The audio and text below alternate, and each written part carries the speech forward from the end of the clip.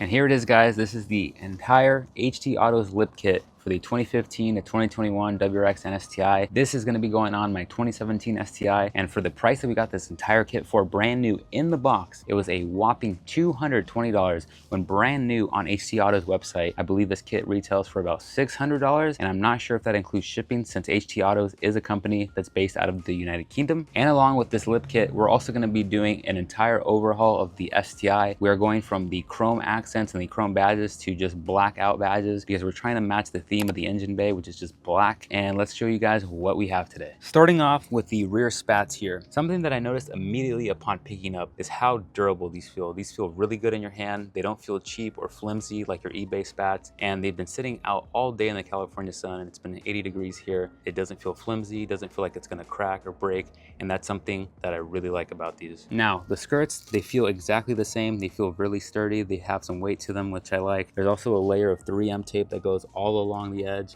to help secure it to the actual car. I don't really have too much to say. I've had these before, but overall these feel really good. As far as front lips go, I have some reservations on front lips. When you're buying cheaper lips, most of the time you're gonna run into fitment issues. The 15 to 17 bumper is different from the 18 to 21 bumper. There's usually some gaps, especially along here where the bumper ends up bending, and especially over here on the edges. We'll see how this fits on the actual car. The quality is there, it feels good, it has some weight to it. Here are my OEM wheel caps that came off the 18-inch Enkeis that came with the STI. This is the Cobb Access Sport faceplate, and this is the STI badge that goes on the front grille. Now we're gonna be hitting this with some black trim and bumper paint just because I don't wanna spend the money when you can just do this yourself for about 10 and it looks just as good. These are from SMY Performance. These are some gray and black badges I got with the black bezel that goes around it. I'm actually really surprised these look better than I thought, especially because I thought it was going to be all one color. It looks like it has kind of a pattern here in the STI, which I actually really like. This is something I'm honestly kind of disappointed with. I spent about $4 on this. This goes on the steering wheel. It's a gel emblem and I think it looks pretty crap, honestly. Before we get into it, I just want to apologize for the sound of my voice. I've been feeling sick the last couple of days. So when we start painting anything, I highly recommend getting a clean set of latex gloves. This is because we want to eliminate any chances of oils or contaminants from our skin getting transferred onto the things we're working with. So this is why I followed this up with some isopropyl alcohol and a lint-free towel. I'm essentially degreasing everything, trying to eliminate any dirt or grime that has been built up over time. I recommend grabbing adhesion promoter. This is something you want to use when painting polyurethane, ABS, or other types of plastics. It's really going to help that paint adhere to the surface. I didn't do this because I just didn't have any on hand. After wiping things down, I recommend grabbing some compressed air or an air compressor, whatever you have readily available, and making sure there are no microparticles left on it. Right after this, I start priming. Shortly after, I grab the black trim and bumper paint, and then I grab a cheap $10 can of clear coat. I wasn't too concerned of the quality of clear coat because I usually use 2K clear coat, but for the things we're working with today, I don't mind, and these are the results.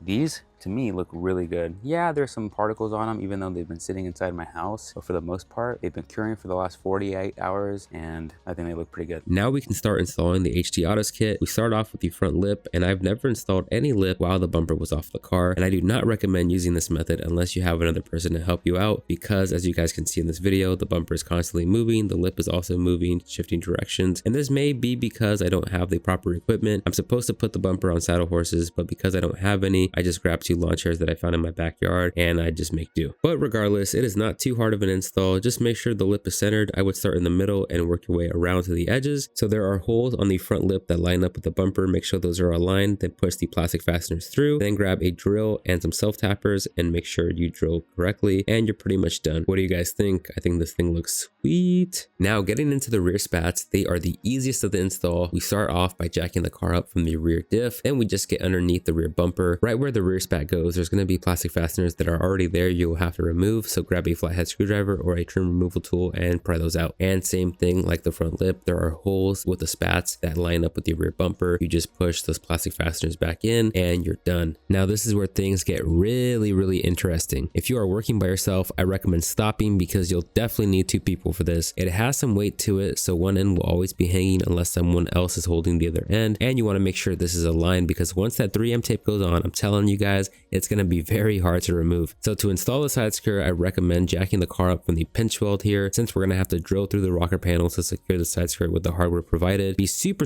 careful when drilling. Make sure do not use a long drill bit or you're going to risk destroying your panel, just like me. What a stupid mistake. I couldn't believe it. We actually did this on a Friday and it just about ruined my weekend. As you can see, this is the result of rushing. This didn't happen on this specific panel, but it happened on my driver's side panel, I believe. So after that, I decided to finish installing the rest of my black badges for the car and call it a day. Make sure you guys watch the next video to see what happens to my body panel, as it was a very interesting journey on how we fixed it. Thank you again for checking out another video, and as always, keep it real.